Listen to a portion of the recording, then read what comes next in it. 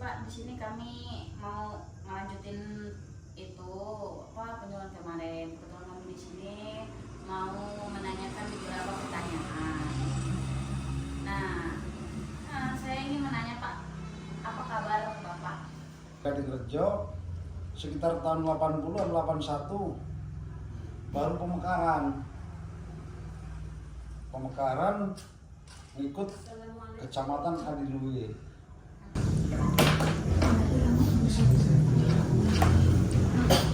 Apa lagi? Ada berapa desa sih Pak di kecamatan ini dibagi berapa? Kecamatan Adiluwe. Iya. Kecamatan Adiluwe itu ada 13 pekon. Kalau sini pekon ya, bukan desa ya. Oh, jadi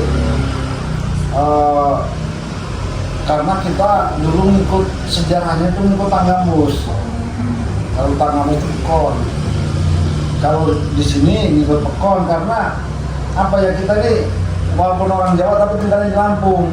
Ya. Yang ngasih nama-nama itu orang pribumi.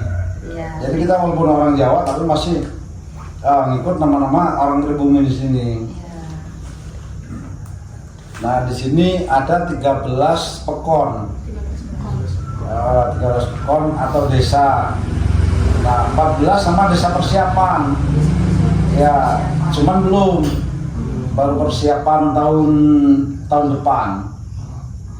Itu untuk Kecamatan Adiluwe, Kabupaten Sewu, semuanya itu 13 pekon sama 1 persiapan. Kalau tahun depan mungkin sudah 14 ada pekon ya. Apakah kondisi lingkungan di desa ini cukup baik atau gimana Pak? Ada kondisi lain? Tentang apa ya? Tentang itu Pak, penduduk di sini gitu Pak. Maksudnya tentang situasi apa orangnya, masyarakatnya apa Pak? Situasi lingkungan, situasi masyarakat. Oh, situasinya. Kalau situasinya alhamdulillah Pekon Tertunggal ini kondusif, aman, nyaman, masyarakatnya itu enak tidurnya pules, nggak pernah ada masalah, nggak ada kericuan di sini. Ya. Apakah Di desa ini Pak, berapa persen? Jumlah petani Jumlah petaninya Pak. 90%. 90%. Iya, 90%. Mayoritas Pak ya. Mayoritas karena kami ini di pedesaan, nggak di perkotaan. Iya. itu kan beda ya Pak? Ya, Lanjut, berapa persen petani yang menanam di golongan pangan, horti dan perkebunan Pak? nah kalau perkebunan di sini paling sekitar 20%. 20%. Nah, untuk tanaman pangan 60%. 60%. Tapi untuk hortikultura paling 30%. Tuh. Lanjut, apakah di desa ini ada kelompok tani Ada kelompok tani. dan berapa Pak kelompok tani? Jumlahnya.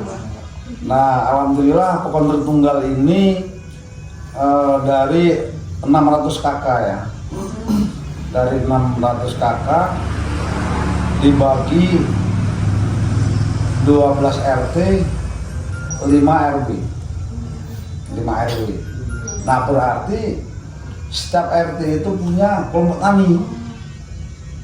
Setiap RT, karena kita ini jumlah RT-nya 12, berarti 12 kelompok tani. Cuman saya kurang paham nama kelompok tani. Lanjut ya Pak, apa saja tanaman horti yang ditanam di desa ini Pak? Di sini macam-macam. Cabai ada, sayur mayur ada. Sayur mayur kayak jenis apa yang meremet-remet kayak buncis, kayak bayam, kacang panjang, pacoy ada pacoy. Terus apa ini? Gambas ya? Oyong. Oyong tuh ada, pare ada di sini. Cuman kalau untuk sayur mayur paling sekitar 30% sini. Karena terkendala dengan air. Oh ya Pak. Tuh, kalau pekebun enggak. Pekebun tuh di sini tuh yang banyak karet. Kalau karet itu sebelum bulan Agustus itu kan masih produktif kalau karet ya. Nah nanti kalau setelah bulan Agustus seperti ini nih sampai nanti bulan 10 kan mulai apa ya? Mulai Kering ya, Pak? Mulai kering. Getahnya sedikit. Katanya sedikit karena daun-daunnya ini ganti lagi. Apa meranggas, gugur. Tuh.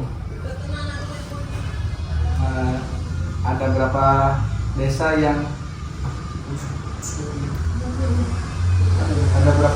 menanam tanaman horti Pak di desa ini Pak?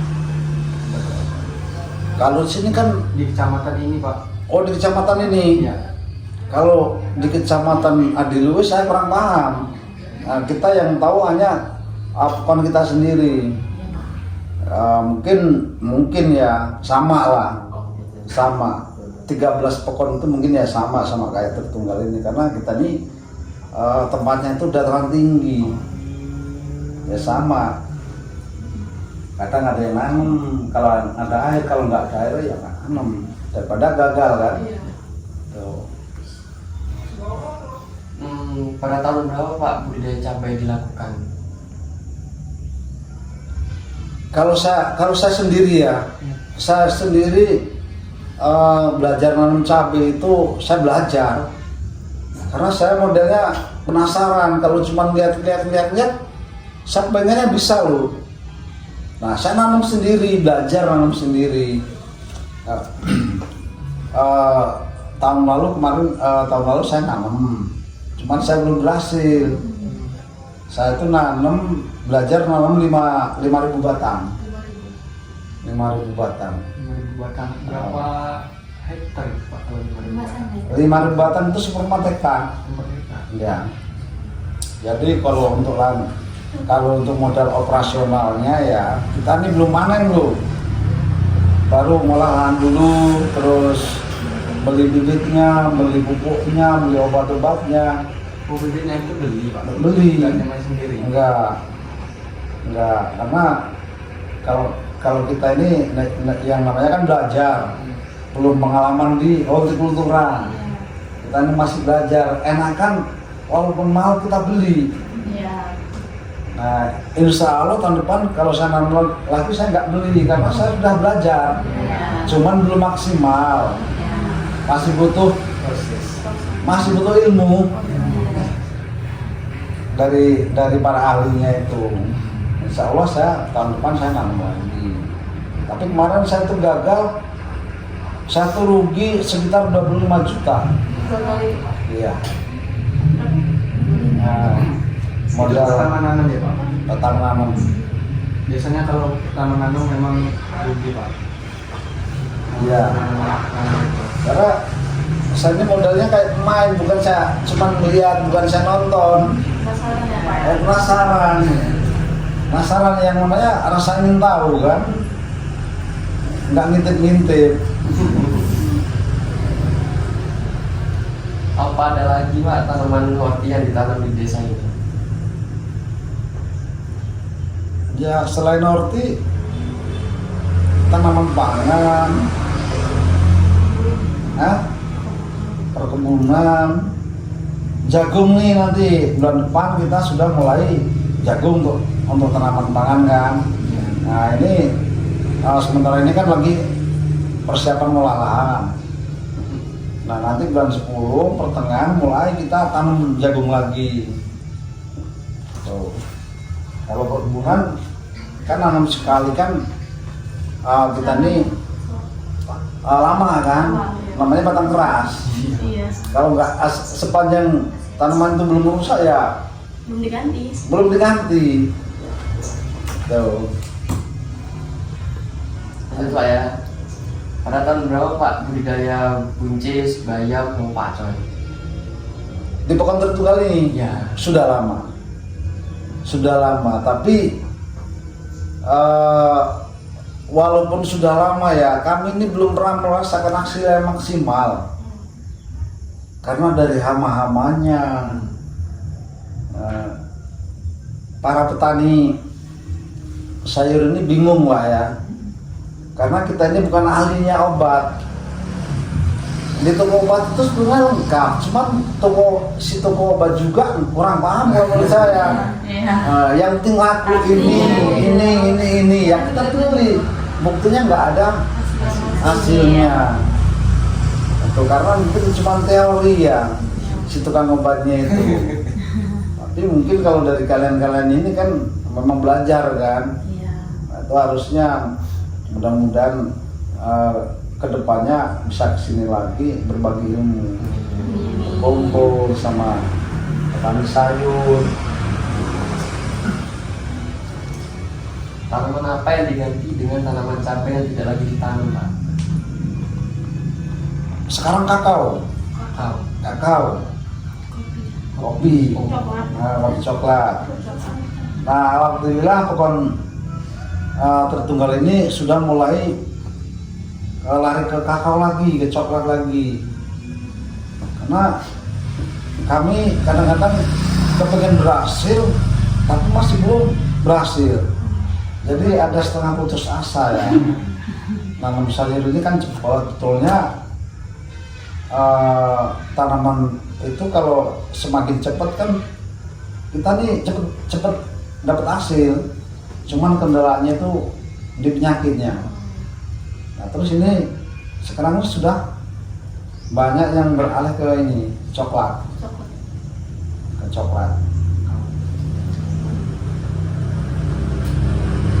Apalagi Pak selain masalah perairan yang kurang dialami petani di desa ini?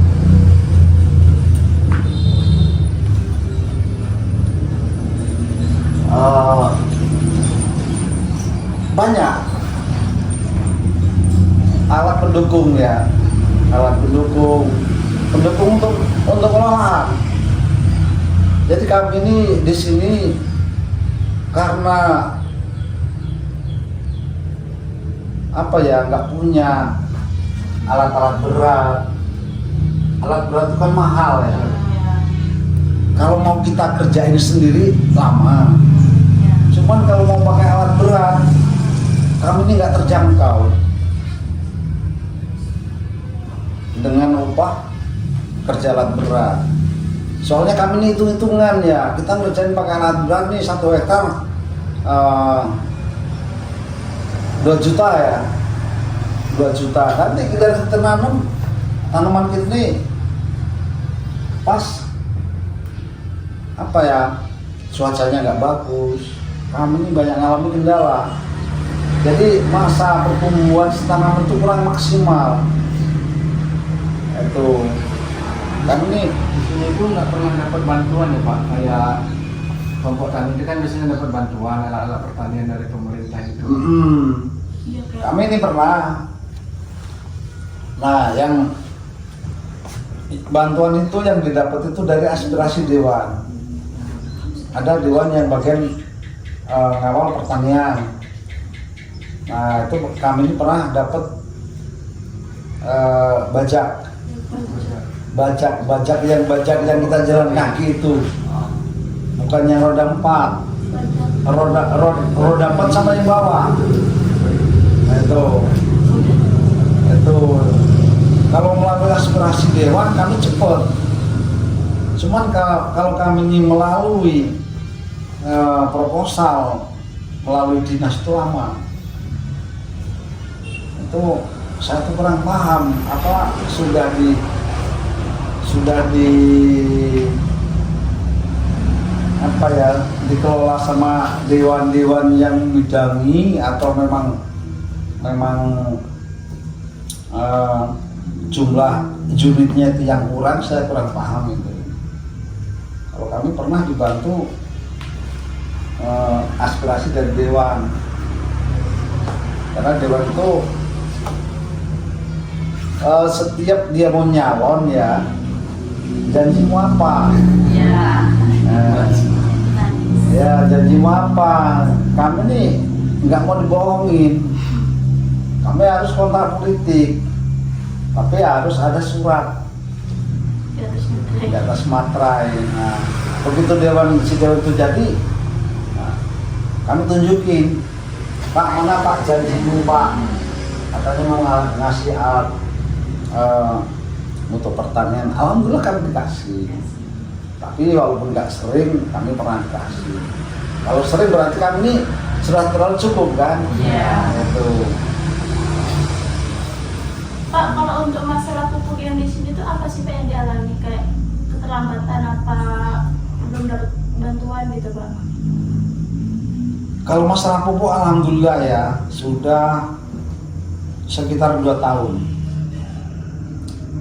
Sekitar 2 tahun sampai sekarang alhamdulillah pupuk itu normal.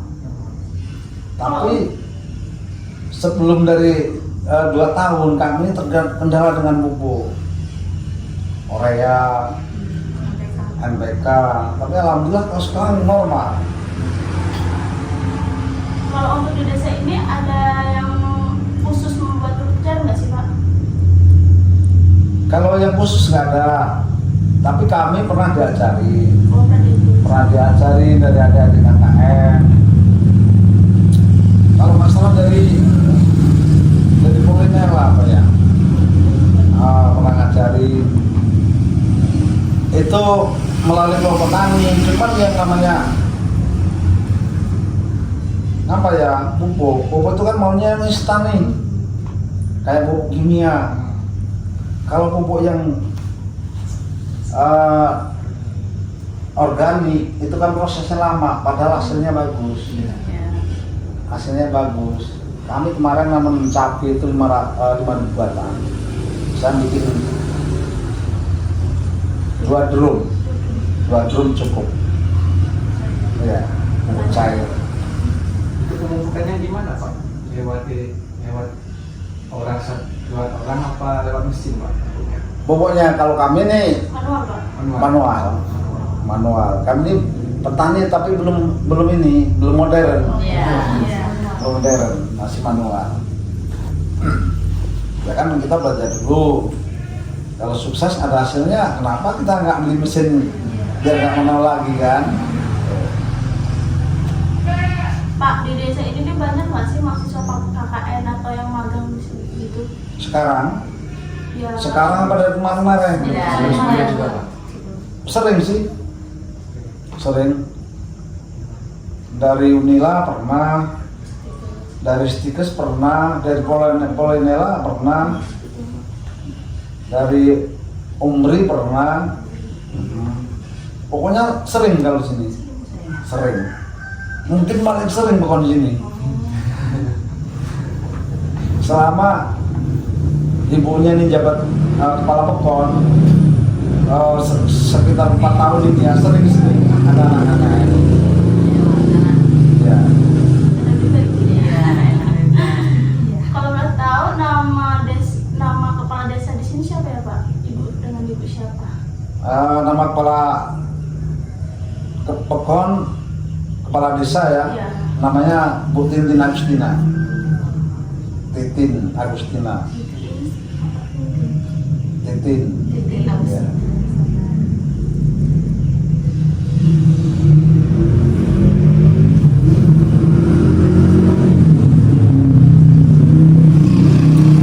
Kalau untuk harga cabai itu per kilonya berapa sih kalau Bapak mau jual di sini langsung?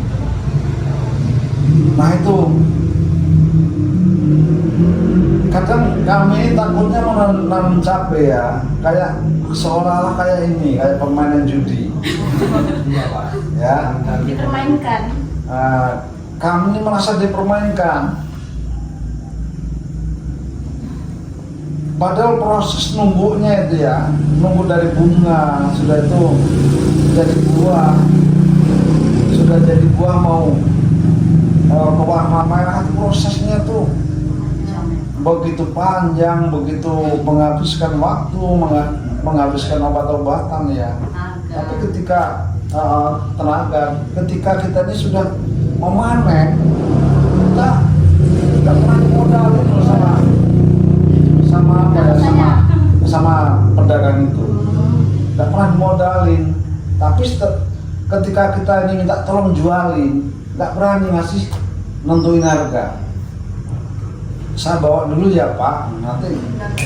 Nah, kami ini kayak dibohongin. Tuh, nggak tahu itu dari permainan tengkulak kan itu.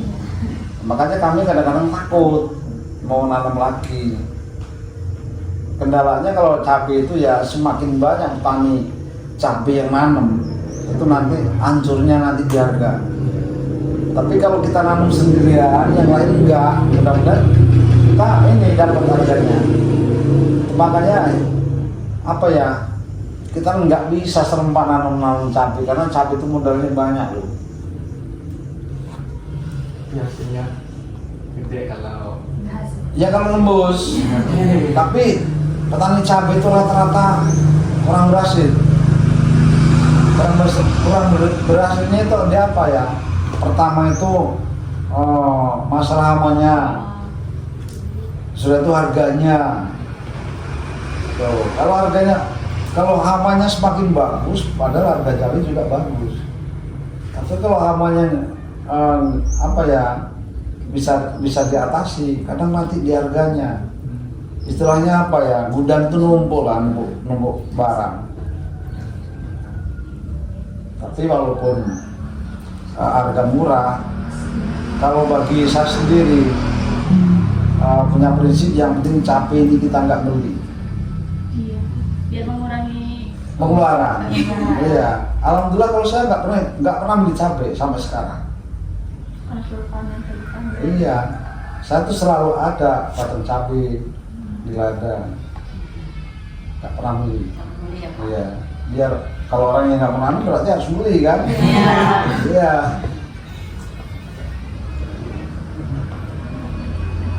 Oke, terima kasih Pak atas waktunya. Mungkin pertanyaannya sampai sini aja. Maaf kalau mengganggu